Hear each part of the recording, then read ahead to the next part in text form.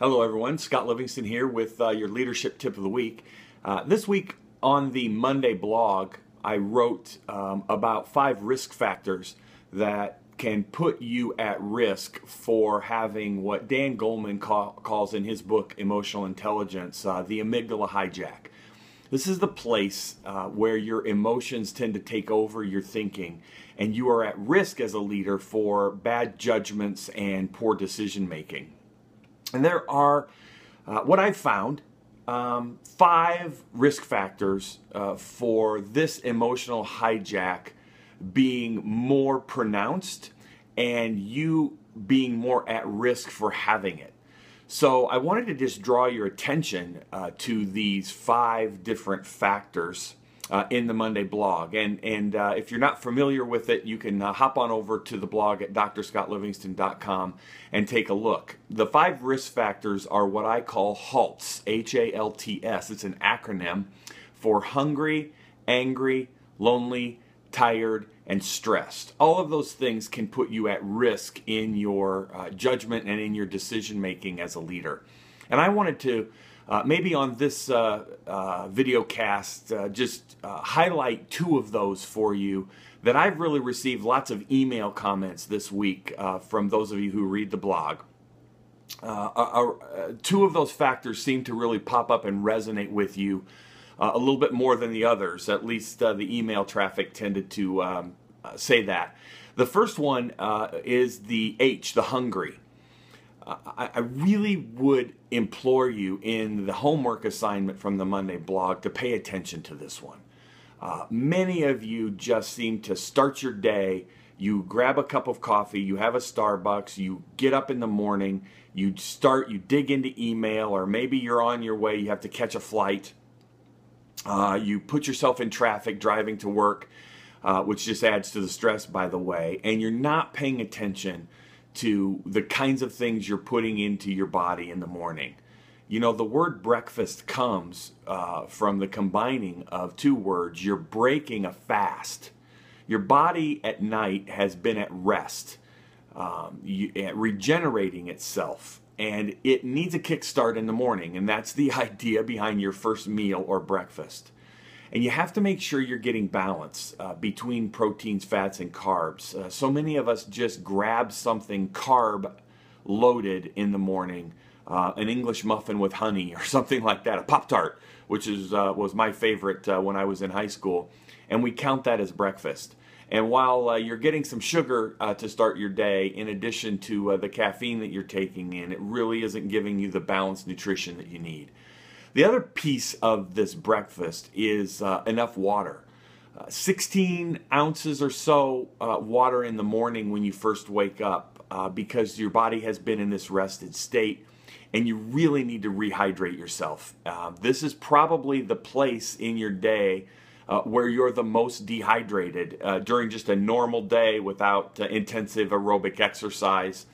You're probably most dehydrated in the morning, so making sure you're getting 16 ounces or so of water to start your day, really, really important from a leadership perspective when you're thinking about judgment and decision making. The second letter in the acronym HALTS that got some email traffic with me this week is the one about being tired. You know, lots of you are working really hard. You're sleeping with electronic devices, which I just want to encourage you to turn off during the night or put on a silent mode. Do something that allows you to get normal sleep rhythms as your body needs to rest and regenerate. You know, Nathan Kleitman is the sleep researcher who founded the idea of the 90-minute sleep cycle. As you sleep, you go through 5 stages of sleep, and this seems to happen in 90-minute sorts of cycles. What other researchers have found is that 90-minute sort of circadian rhythm actually extends over to us into our days as well. There is a researcher by the name of Andres Eriksson who did some groundbreaking research actually on very high-level expert violinists. And what he found in terms of their daily routine in order to become a top performer was they actually functioned in 90-minute cycles. Here are some highlights of things that I found as I was researching this topic. They practiced in the morning. So morning becomes critical for us. For many of us, this is a place that after we get ourselves going, we actually function at our best. As the day goes on, we tend to get a little bit more tired. And if we're not paying attention to these rhythms, it can really affect our judgment and decision making. These top performers seem to practice in 3 sessions. So and these sessions tended to be about 90 minutes in length. And so what researchers are starting to find in terms of actual neuroscience is that not only do these 90-minute patterns happen to us at night as we're sleeping to regenerate our body, but that we as leaders need to pay more attention to how we're working during the day. Are you working in 90-minute sections? Are you working for a little while and then taking a break, take a rest before you get back into that intensive work? Or are you going from meeting to meeting to meeting? If you are, then what is happening here is you're actually making your brain tired without letting it have a chance to recover. And it's that recovery piece, that circadian up and down, that cyclical rhythm piece that allows us actually to perform at our peak and perform at our best. So I want to encourage you around a couple of things this week as you just finish up your week and you get ready to start your next week.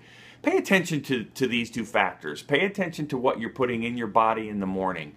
Balance your nutrition and hydrate.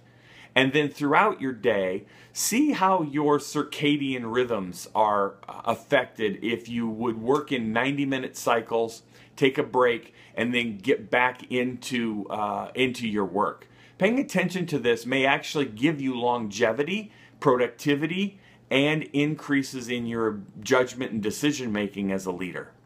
Hey, this is Scott Livingston with your Leadership Tip of the Week. I hope you have a great rest of your week and have a great weekend. Take care.